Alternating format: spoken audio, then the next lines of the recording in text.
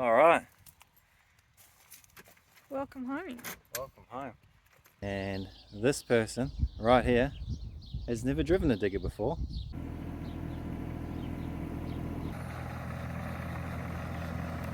At the moment I'm putting together the drawers in the kitchen. Hi, we're Chantel and Mark. We uprooted our lives in the busy city and plan on making an off-grid homestead on 2 acres of empty land we bought sight unseen. Something's happening here, and it's a very, very good idea that my lovely wife is moving the car. Now the reason she's moving the car is because this is here. And this person right here has never driven a digger before, or operated, or whatever you want to call it. So it's time to move this big pile here and move it along up above us here. So ideally we want to flatten out this ground. So as you can see, we've got quite a steep slope up to the gate, and what we want to do is use all the soil that we've got sitting here, which is left over from when we dug out the pad for the house to sit on. So big pile, which is now just a big pile of grassy horribleness. Yes, that's the word, horribleness. So we might as well use it, and it will make it a bit nicer for us to drive up and down in winter. So it's okay at the moment coming up and down this slope because there's a bit of grip, but come winter time it gets quite slippery up there. So we want to get this all done before winter, and eventually we will shingle this area and make a proper driveway out of it. But in the meantime, time to move some dirt.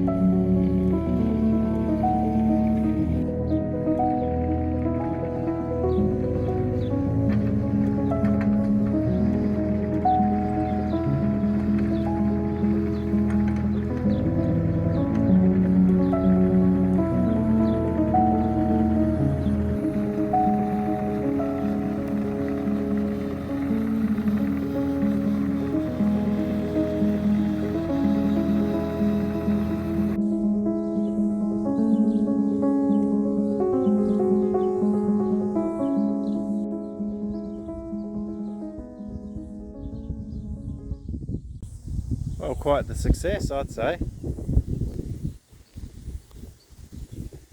First time using a digger. I managed to get the hang of it after about 15 minutes or so. So that was quite the pile that we had. But now we've got a nice sort of steady gradient up the hill. So now when you come off the top of the hill there, it's not so sharp coming down. So it's going to be a lot better come winter time when it's a bit slimier. So now we've just got to get some grass seed and chuck it down there and wait for some rain, because obviously we don't have a whole lot of water and we don't have sprinklers or anything like that. So we need to wait till there's a forecast for a few rainy days, and we'll chuck the grass seed down and let the rain water that in for us, and then hope for the best. But yeah, really happy. So yeah, really happy, really pleased with myself. Really, it's good to It's good to do different stuff. It's good to give stuff a try. Don't just float by and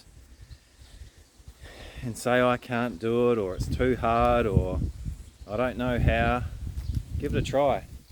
You might surprise yourself.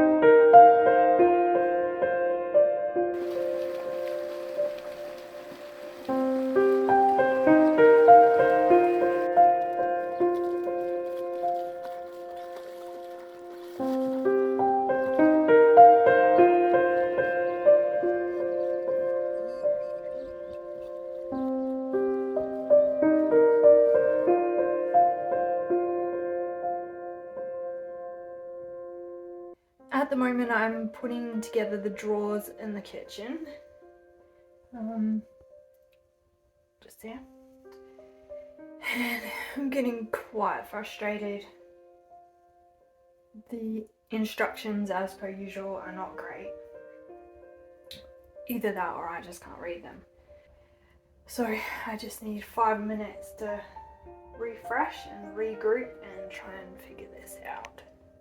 The instructions are okay on this one, but then you have a whole other set here.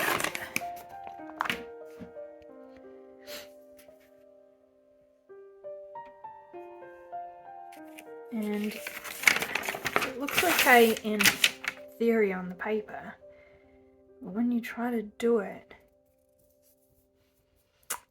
things look a little bit different.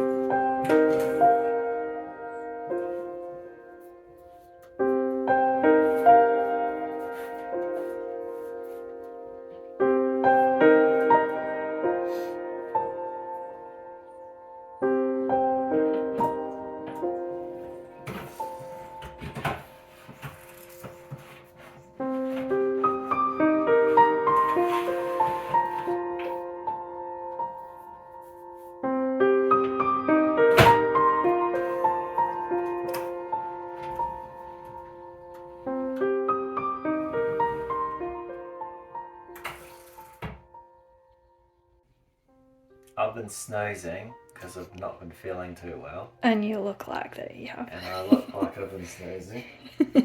Sleeping in my pants. And I've come in and Chantel's finished another one of the kitchen cupboards. She's done a great job. Whoa, Whoa. break the door. So ignore the scratches on it because it's just the film It's just the plastic. on the outside, but we've got ourselves the soft closed drawers and the soft closed cupboard. But yeah, this stuff all peels off. It's just a protective film. But yeah, they look really good. It's amazing how you change your mind about the flow of your living area when you actually get inside and feel the space. I had it all planned out, I had it all measured out exactly how I wanted to. I drew it all out on the concrete in Perth, thinking that that was the perfect plan and the best way to execute the space. But stand in here and you just see things differently. So we're really happy with what we've come up with, and we really think it's going to work and make our tiny house seem big.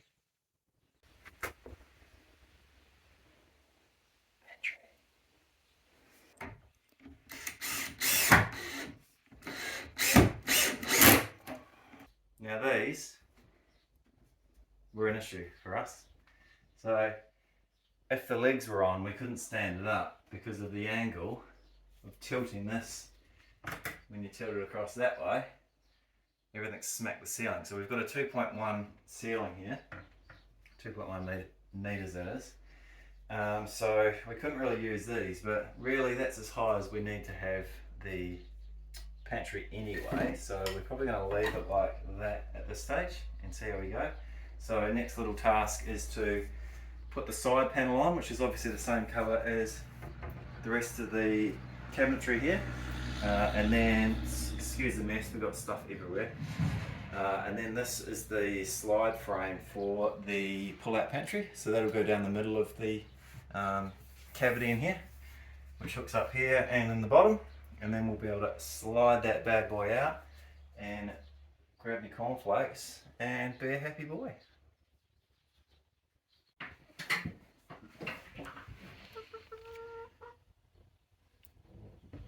Hello. Hello, come on. It's probably not a good idea. As soon as we get the deck, all the animals are going to be... roast. We'll come home and everyone's sitting on the couch watching TV. Shitting on the freaking deck.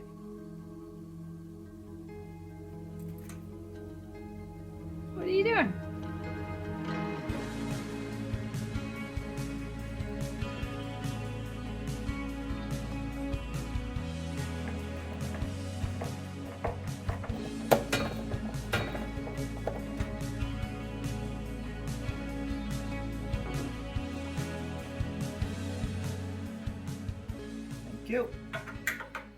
I've got the template, not that it was a template, done a trace and a measure up and pre-drilled the holes for the jigsaw. So now is bench cutting time.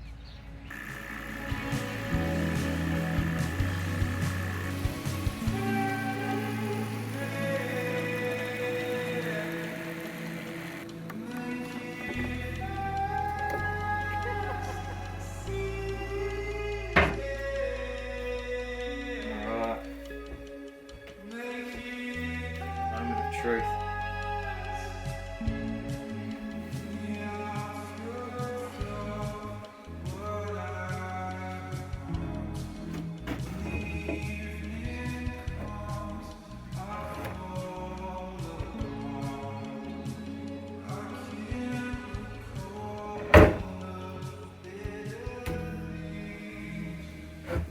Great success. Nice. I like. We got slightly cheaper on some of the things that we've purchased for the tiny house, but one thing we didn't skimp on was the sink, because we want a nice decent sink to work with. So it's crunch time. X marks the spot. I'm having to cut the hole for the sink and I'm terrified I'm going to muck it up. So fingers crossed I don't mess it up.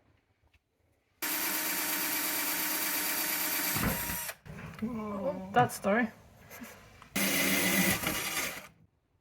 Successful mission. So even though that was scary, job done. So now I can get the tap through. So what we've got to do, we've just got to put the tap assembly together. I've done this before, so it's nothing too major. So it's pretty self-explanatory. You've got a cold and a hot, and then the only one left is the flange thread. So we'll put it all together. So first things first, the little rubber seal. That in there. And actually we'll do the hoses first because they're a bit trickier. So cold, blue, red, hot. I think we've known that since we were about 3 years old.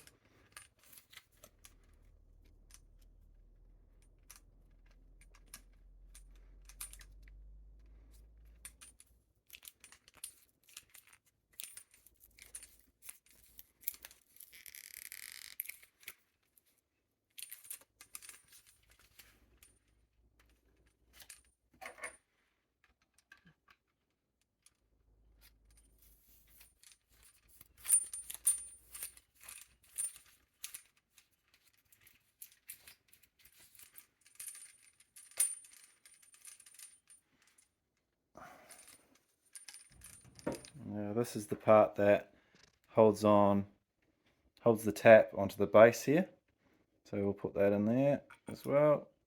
Give yourself plenty of room for the threaded nut to come back off, because that nut's going to have to come off in a sec. So that's in there. Only needs to be finger tight because you're going to tighten it up when you come back through the bottom. So take this off for now because it's easier to do it. You've got it out rather than pulling your arm through the sink. And these just go obviously through the hole there, 1 and 2, and then that down through there. And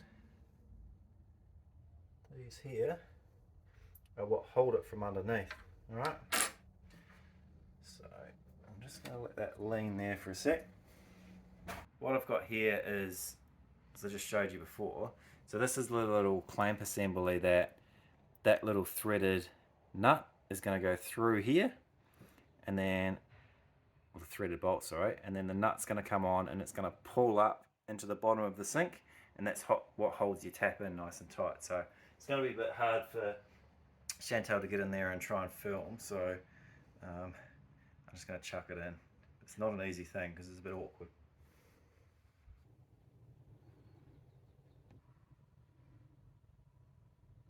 Have I done it right?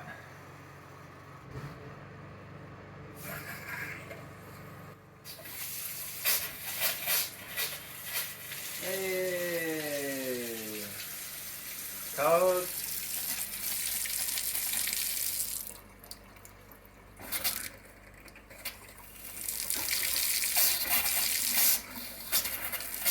Water in the line. I mean, water in the line. Air in the water line. See if we've got hot.